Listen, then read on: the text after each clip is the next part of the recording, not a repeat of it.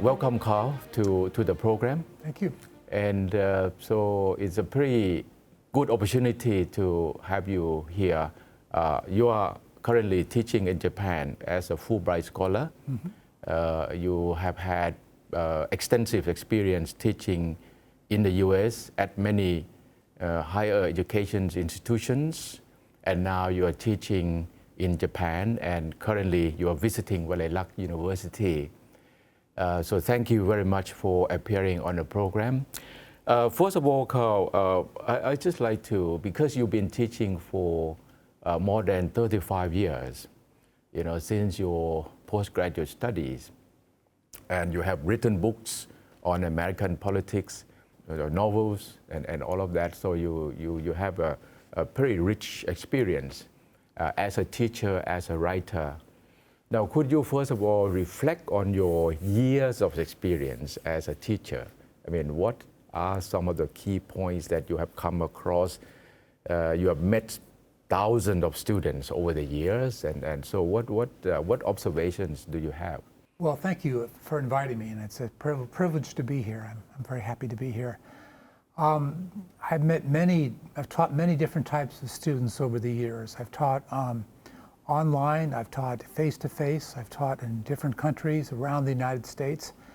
I've taught undergraduate students in freshman level, sophomore, upper level. I've taught graduate students, I've taught high school students. I think one of the key things that comes to mind is engaging the students, meeting them where they're at.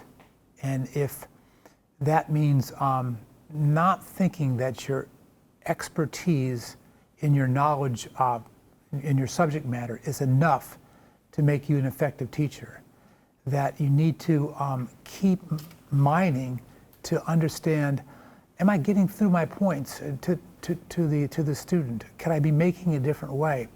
Do students learn a different way? Is it visual? Is it different ways? So keep experimenting to see what works, and having an open mind and an open approach. Because as you do that, the students will, they'll sense that you're trying to connect with them. And if they sense you're trying to connect with them to convey your knowledge of the subject matter, there's a better chance that they will actually listen to what you're saying, do well in class, and gain the knowledge and the independent and critical thinking skills that you need to, that higher education is meant to be. It's very interesting. The key words there are engaging students, paying attention to whether they have understood what you try them to understand. What are the techniques?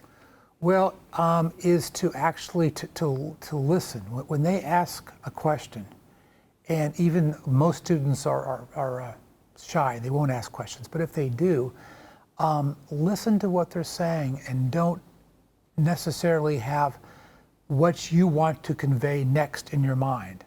In other words, your mind's someplace else, the next chapter, the next subject thing. Ask them if they say, well, I didn't quite understand that concept, then be able to listen carefully is one of the most important things there is in teaching. I mean, I can't emphasize it. It's not just in teaching as well. If more people could actually have the humility to listen with their mind and their heart, what somebody is trying to say to them, the process of communication and teaching can come alive. But you're talking then, it sounds like the way you teach is not standing in front of the hundreds of students in front of class and then lecture, but it sounds like you have this small group discussion. We try to do that. I will lecture a little bit and then maybe have a PowerPoint or lecture in my notes, but then I will stop and look around and say, are there any questions? Is there a point that we want to that you didn't understand, or you want me to emphasize more? So it's continually checking in on myself if I think I'm connecting with the students, and not just go on autopilot. Like there's a machine, you turn on a button, and then in 45 minutes you shut off the button and your lecture's done. not to think that way and to act in a different way. So continually, almost like I don't sail myself, but people who have sailboats, you tack to the wind, left, right, what's out there so that you adjust to the environment while still heading in the direction that you want to go. Mm-hmm. And you were talking about teaching students to be a critical thinker, yes, an autonomous thinker. Can you expand on that? Yes, that is very important, is to get students to open up their mind, to question assumptions, and not just to regurgitate knowledge and to memorize the textbook or what I'm saying to them, is to question and to use rationality and challenge the assumptions on what exactly is being said. A lot of students are afraid of getting things wrong. And when I say when I ask them a question, getting things wrong, now that makes sense in mathematics, maybe in chemistry, where there's principles that are pretty well developed. Mm-hmm. But in social sciences, and in history, and there's so much interpretation, so much different data and historical sets that you can say, well, okay, this happened at this point in time. What was left off? What was happening in another part of the country, mm-hmm, that wasn't talked about? Is that significant? So to get them to expand not only what's there, but what's not there. Mm-hmm. But to teach critical thinking, I mean, even in scientific part of teaching, it still requires a lot of critical thinking. But I think the trick is the techniques you use. I mean, what are some of the effective techniques you use? And also in the Thai context, it's always difficult to get students to engage with you, to ask questions, to think differently. You know, are there any effective techniques that we can use? Well, I fall back on traditional Socratic method, where you keep asking questions. Mm. And that is it's very old, obviously, with mm-hmm, Socrates, yeah, but it seems to work, is when they ask a question to me, then I'll ask a question back to them. And you go back and forth, and as the mind keeps opening up. Mm-hmm. That is one technique to develop critical thinking, but also is to get them actually to maybe write out some of their assumptions on a piece of paper or on a computer, mm-hmm, so that they can actually visualize and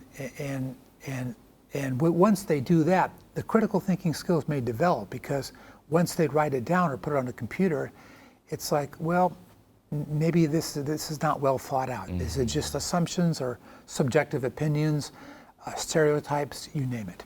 Asking them to write down is very interesting, I think, because shy students would probably are very reluctant. They tend to be reluctant to talk. Yeah. But when they write down... That's a fantastic point, because I'm a writer as well, and sometimes they think, well, how you know what you want to write about? I don't know until you actually write. Mm-hmm. The process of thinking about something, when you have the discipline to sit on your computer, your laptop, or old-fashioned paper and pen, it crystallizes what's in your mind.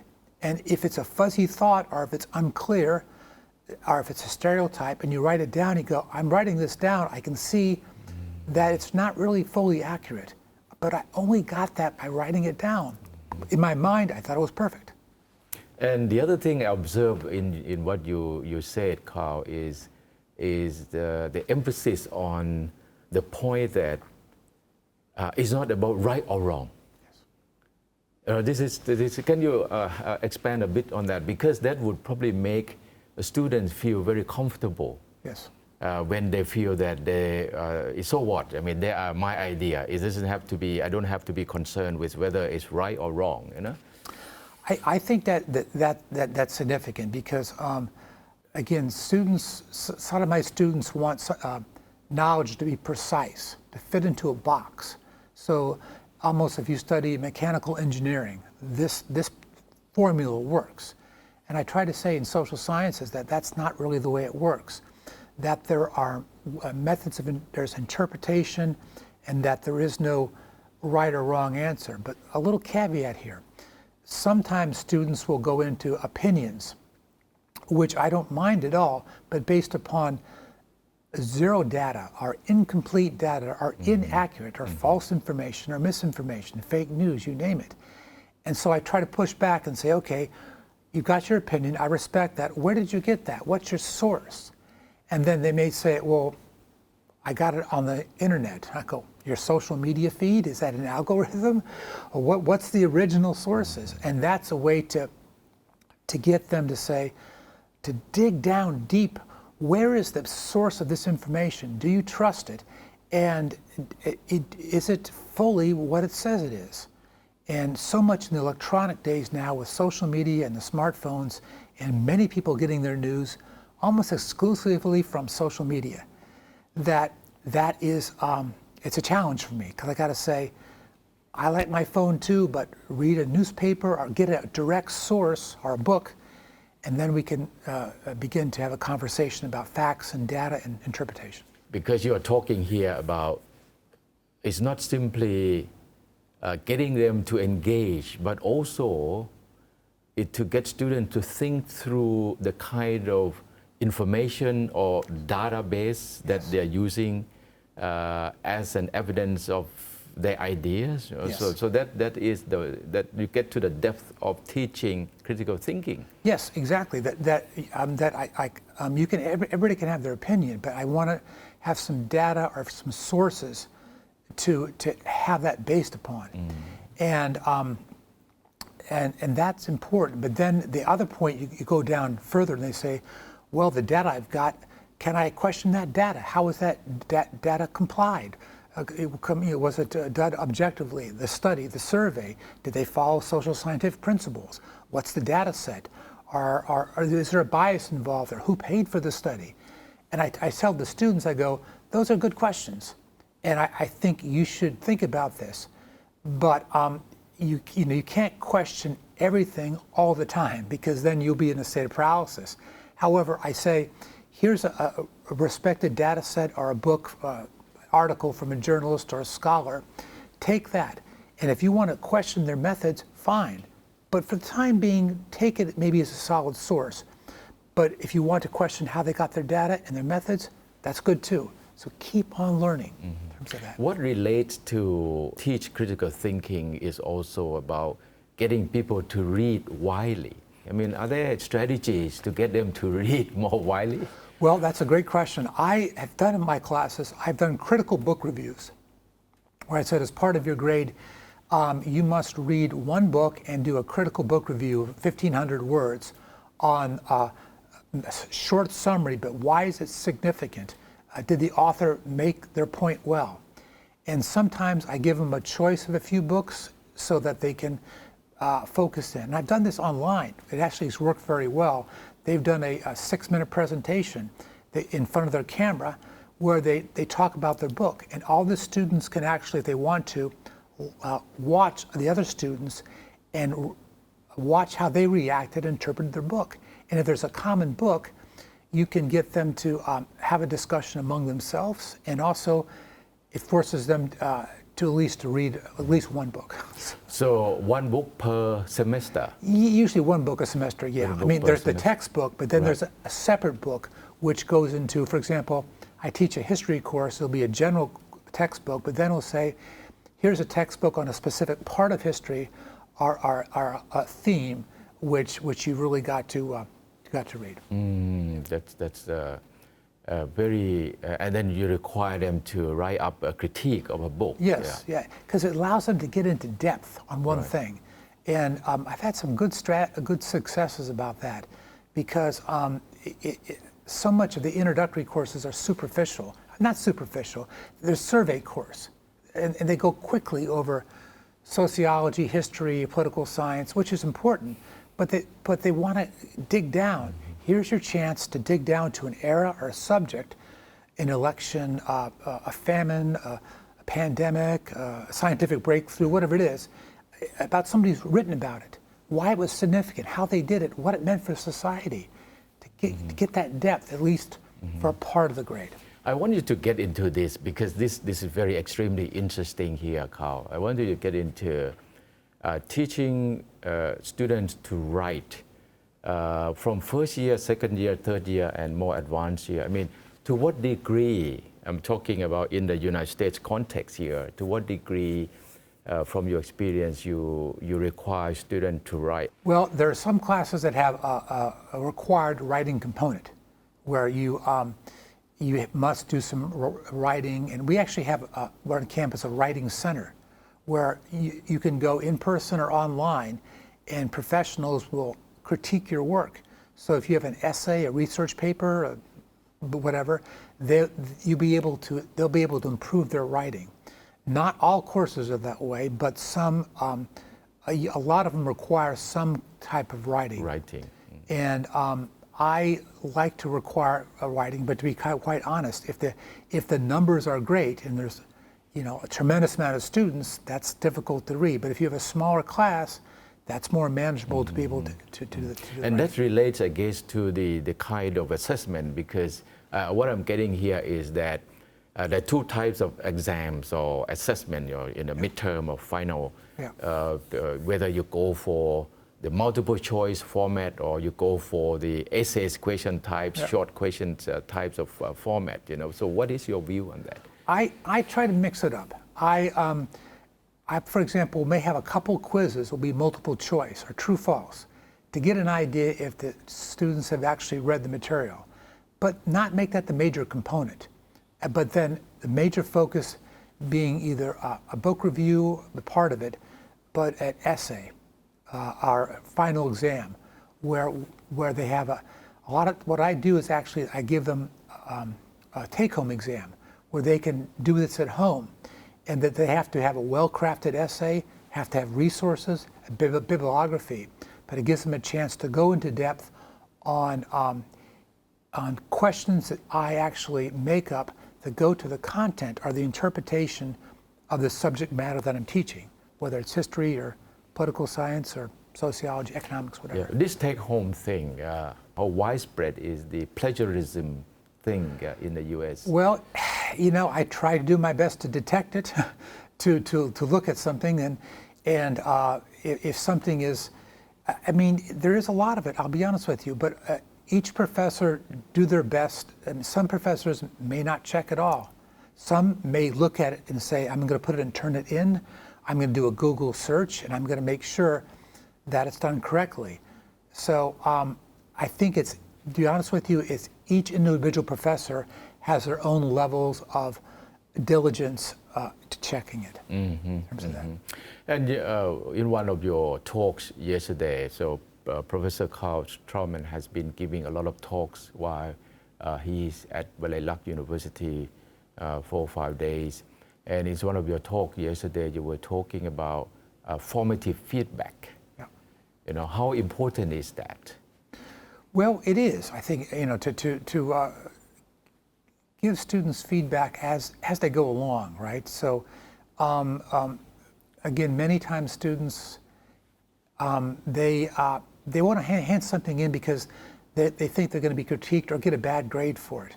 But if you can give them a chance to do a first draft and then critique it and say, you're not going to get graded on this, but we're going to make sure you're getting in the right direction.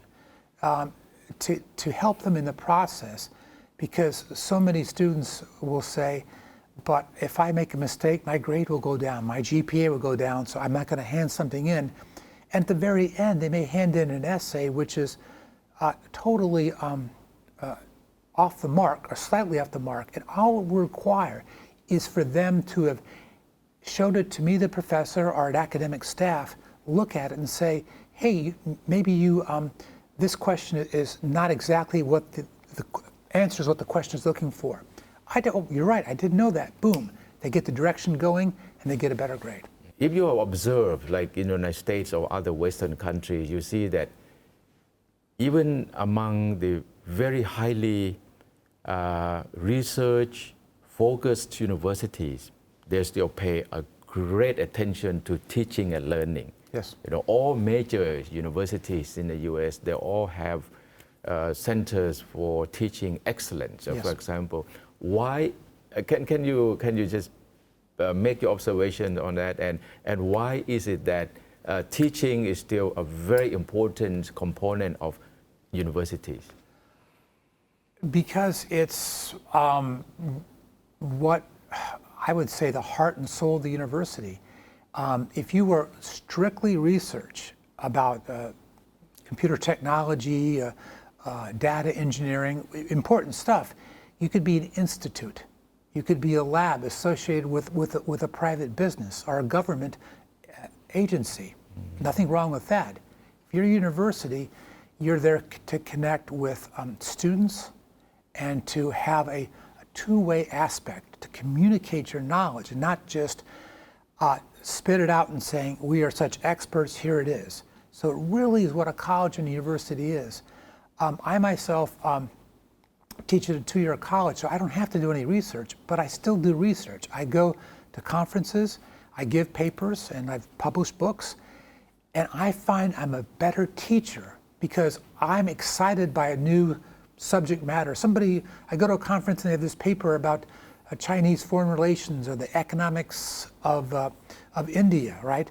Or the United States political system. I never thought about that. I didn't know that research. So when I go teach a course, that gets me more passionate because I've got something that I didn't know about that I've been exposed to through a conference and or through my research and writing. In other words, being a university professor, a teacher at a university, the two things are inseparable. Research Yes. and teach two inseparable components. I think that you can be a better professor when you do research, and also for researchers, and you can have the students can help you out in lots of different ways. So looking at the binary, I think it's unfortunate because it's like people get into think, oh, this is all I have to do.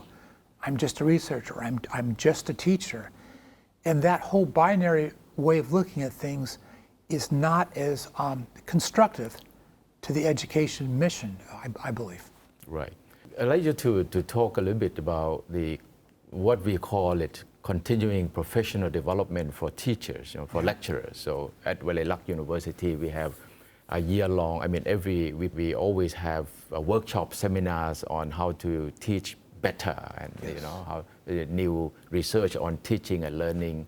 We get staff to learn about those sort of things in order for them to improve their profession. That's a great thing. We just opened at my college a kind of a teaching for center excellence teacher, right? It's a lounge where people can give lectures or workshops on teaching methods, and you can sit around, professors can have a cup of coffee, a cup of tea, somebody will give a presentation and discuss a research to be a more effective teacher. We do that as well as provide professional opportunities. If you want to go to a conference, you can do that, as well as beginning of the semester, we have usually 2 days each semester where professionals will come and give presentations, a lot of them on teaching to get professors to be more aware of what's out there in terms of that. And Professor, for years you've been involved in online teaching, and Yes. Can you tell us a little bit more about that, please? Well, I've done it for a long time. It can be good and bad. With the pandemic, I did more of it, but I've done it before the pandemic. I use Zoom, and it can be very effective, where you can connect with the student, and the students may not be there at the same time. They can access your lecture when you're not there. So I think it can be good, particularly when people are so busy with jobs and with family. However, it's also easy to, if the student doesn't have any discipline and they don't answer the questions, they don't go to the lecture each week because they don't have to get out of their dormitory and physically go to the thing, many students, particularly young students, need that discipline. So it may not work for them. They say, I know myself, I need to go out Monday and Tuesday to a lecture or to a class. If you're more mature or you have more self-discipline, it can work fine. So each individual student is different. And so people say, well, how does it affect the student's learning? If a student really wants to learn, they can learn online or face-to-face. they'll find a way. They'll find a way. And then we can make it easier for them to work, to learn, and that's many things we can do. But that drive is an important aspect. And universities these days talk about teaching students the transferable skills, the 21st century skill, the generic skills. What about at your college and universities in the U.S.? 21st century skill, the ability to communicate, critical thinking, of course, we've covered that.